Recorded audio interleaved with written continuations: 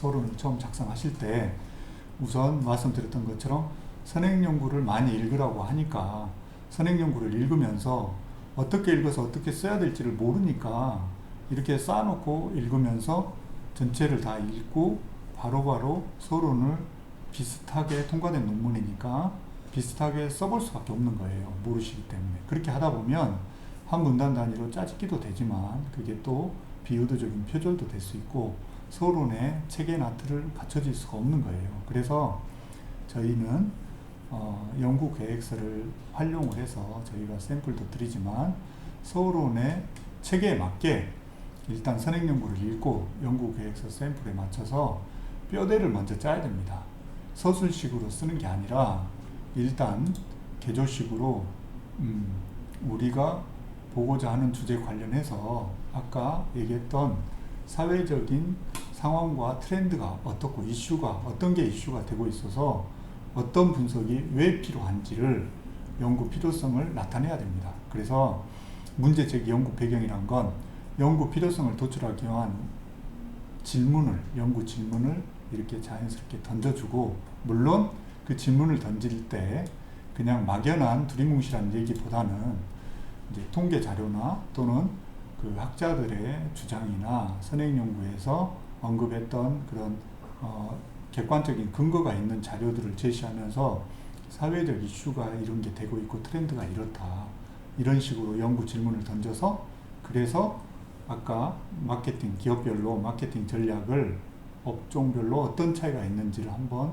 실증 분석해 볼 필요가 있겠다, 이렇게 자연스럽게 연구 필요성을 도출하고, 그 다음에 필요성이 나오면 그 우리 주제에 관련한 선행 연구 흐름과 한계를 스터디를 해줘야 됩니다. 언급을 해줘야 됩니다. 그 선행 연구를 요약하고 스터디하라는 것도 특히 2장 이론적 배경 리터러처 리뷰에 보면 선행 연구 검토하라 그러니까 홍길동 몇 년 논문은 뭐라 돼 있고 김길동 몇 년 논문 뭐라 돼 있고 막 나열돼 있어요.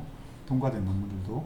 그렇게 나열을 하라는 게 누구 거는 써주고 누구 거는 안 써주고 그런 나열이 아니라 선행 연구 검토하라는 취지는 선행 연구가 주로 어떤 식으로 연구가 돼 있고 흐름과 경향을 파악을 해서 또 방법론은 어떤 걸 써서 어떤 분석을 주로 했더라, 이런 흐름과 경향을 파악해서 우리 논문은 학문적 발전, 뭘 좁혀서 범위를 좁혀서 좀 깊이 있게 분석을 한다든가 아니면 다른 관점에서 새로운 임플리케이션을 도출해 본다든가 학문적인 컨트리뷰션, 의의가 있어야 됩니다. 학술적 의의가. 그래서 선행연구 검토하라는 건 선행연구 흐름이 이렇게 주로 연구가 되고 있었는데 우리 연구는 그걸 디벨롭 시켜서 이런 차별성을 가지고 이렇게 연구를 했다, 이런 의의를 부각시키기 위해서 검토를 하라는 겁니다. 그래서 선행연구의 흐름을 언급을 해주고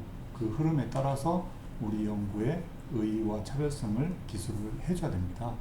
그리고 그 연구 질문, 문제 제기와 연구 필요성, 선행연구 흐름과 한계, 우리 연구 차별성 의의가 도출이 됐으면 차별성과 또 연구 목적과는 굉장히 다른 부분입니다. 그런데 혼자 쓴 글들을 보면 이게 차별성인지 목적인지, 특히 박사 논문들도 이렇게 통과된 논문들도 읽어보면 더러 막 혼재되어 있습니다.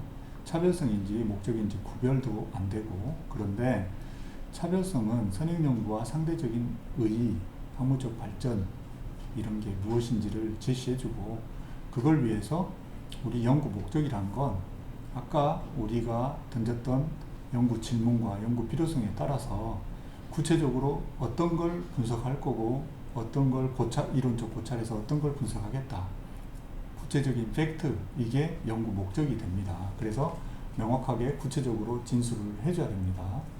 그리고 이 목적까지 하는 데 있어서 분석 관점이 명확히 드러나야 된다는 건 당연하겠죠.